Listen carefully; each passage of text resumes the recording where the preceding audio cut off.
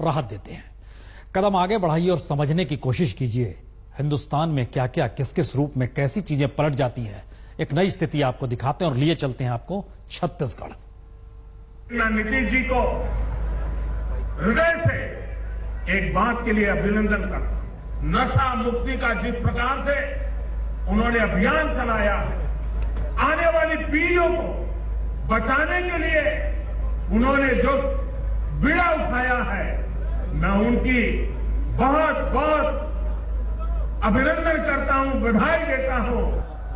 प्रधानमंत्री मोदी ने पटना जाकर शराबबंदी पर बिहार के सीएम की पीठ ठोकी थी। जी, नीतीश की पीठ ठोकी गई थी। लेकिन बीजेपी के छत्तीसगढ़ के सीएम रमन सिंह ने तय किया है अब उनकी सरकार ही शराब बेचेगी। सवाल 3900 करोड़ का है। तो इस आंकड़े को देख लीजिए और फिर जरा सोचना शुरू कीजिए, क्या वाकई राज्य की अर्थव्यवस्था के लिए आंकड़ा इतना आकर्षक है कि कमाई शराब बेचकर सरकार ही करने लगे। लेकिन रमन सिंह सरकार ने तय किया है अब वो खुद ही शराब बेचेगी और इसके लिए बाकायदा एक कॉरपोरेशन भी बना दिया गया है। वो दूर करने के कारण सरकार को बहुत सारा रेवेन्यू लॉस होगा और इंटीरियर की बहुत सारी दुकानों को कोई लेता भी नहीं है और इसलिए उन दुकानों के संचालन में भी तकलीफ होती है।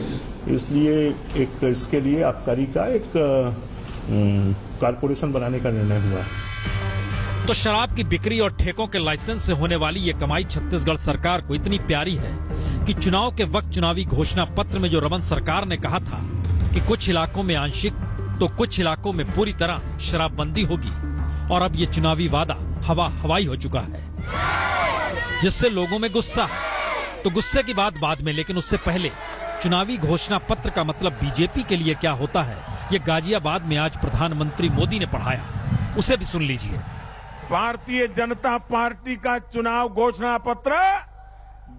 पत्र नहीं होता है, वो संकल्प पत्र होता है। संकल्प पत्र। तो पीएम ने ये बात सिर्फ यूपी के लिए कही या बीजेपी के लिए कही या सभी राज्यों के लिए कही, जो भी कही है, लेकिन रमन सरकार अब शराब बेचने को तैयार है तो वाकई लोगों में गुस्सा।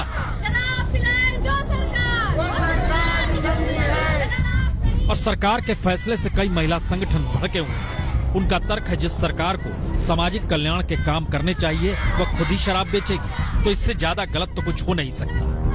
आप नगर निगम को 10-10 लाख देगी सरकार और शराब दुकान वो निर्माण करें, तो सीधा सीधा आर्टिकल 47 का ये उल्लंघन है। अनुच्छेद जो 47 से कहता है कि कोई भी प्रदेश की सरकार किसी भी मादक पदार्थों के अभिवृद्धि उसको बढ़ावा देने का कार्य नहीं कर सकती। तो समाज कल्याण की जिसे सोचना है सोच ले, लेकिन रमन सरकार छत्तीसगढ़ के लोगों को कितना शराब पिलाने को तैयार है ये इससे भी समझा जा सकता है कि राज्य में शराब की कुल खपत सालाना 1200 लाख प्रूफ लीटर की है। छत्तीसगढ़ में शराब का कारोबार कुटीर उद्योग की शक्ल ले चुका है। देश में शराब भले ही सामाजिक बुराई के रूप में देखी जाती हो, लेकिन यहाँ सरकारी प्रोत्साहन के चलते ये बाकायदा कल्चर के रूप में तब्दील हो चुकी है। सरकार ने इसे ऐसा ही बढ़ावा देना जारी रखा तो वो दिन दूर नहीं जब यहाँ की एक बड़ी आबादी सामाजिक विघटन की गिरफ्त में नजर आएगी। कैमरामैन महेंद्र के साथ सुनील नामदेव, रायपुर, आज तक।